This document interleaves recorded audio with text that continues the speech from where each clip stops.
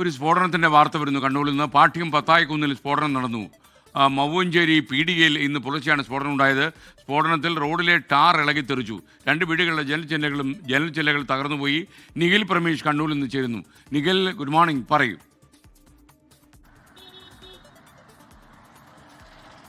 Good morning എസ്കേൻ. ഇന്ന് 12 മണി കഴിഞ്ഞാണ്, ഏതാണ്ട് 12:10 കൂടിയാണ് ഈ സ്ഫോടനം ഉണ്ടാകുന്നത്. ഇത് മനഃപൂർവ്വം ആ മേഖലയിൽ ഒരു രാഷ്ട്രീയ തർക്കമൊക്കെ നിലനിൽക്കുന്നുണ്ട്. അപ്പോൾ അതിനിടയിൽ ആളുകൾക്കിടയിൽ ഒരു ആശങ്ക ഉണ്ടാക്കുക എന്നുള്ള ലക്ഷ്യത്തോടു കൂടി നടത്തിയ സ്ഫോടനം എന്നുള്ളതാണ് പോലീസ് എഫ്ഐആറിൽ ഇപ്പോൾ വ്യക്തമാക്കുന്ന കാര്യം. ഈ മവ്വഞ്ചേരി പീടികയിലാണ് ഇന്ന് പുലർച്ചെ സ്ഫോടനം ഉണ്ടാകുന്ന സാഹചര്യം ഉണ്ടായത്. സ്ഫോടനത്തിൽ റോഡിലെ ടാറ് ഇളകിത്തെറിച്ചു. അവിടുത്തെ 2 വീടുകളുടെ ജനൽ ചില്ലുകൾ തകർന്നിട്ടുണ്ട്. കതിരൂർ പോലീസ് ഈ സംഭവവുമായി ബന്ധപ്പെട്ട് കേസെടുത്തിട്ടുണ്ട്. എന്തായാലും ആരാണ് ഈ സ്ഫോടനം നടത്തിയത് തുടങ്ങിയ കാര്യങ്ങൾ ഇപ്പോൾ പോലീസ് അന്വേഷണ വിധേയമാക്കിക്കൊണ്ടിരിക്കുകയാണ്. ഏതായാലും യുവാക്കളാണ് ഇതിന് പിറകിൽ എന്നുള്ള സൂചനയാണ് ഇപ്പോൾ പോലീസിന് ലഭിച്ചിട്ടുള്ളത്. ആരാണ് സ്ഫോടനം നടത്തിയത് എന്നുള്ള കാര്യത്തിൽ വ്യക്തതയില്ല.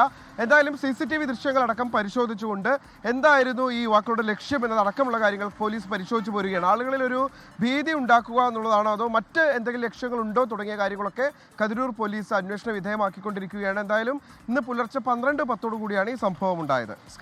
ലോകത്തെവിടെയായാലും ഏത് സമയത്തും 24 വാർത്തകളും ഓഗ്മെന്റഡ് റിയാലിറ്റി പാക്കേജുകളും എക്സ്പ്ലെയിനറുകളും വിശദമായി കാണാൻ ഞങ്ങളുടെ യൂട്യൂബ് ചാനൽ നിങ്ങൾക്ക് സബ്സ്ക്രൈബ് ചെയ്യാം.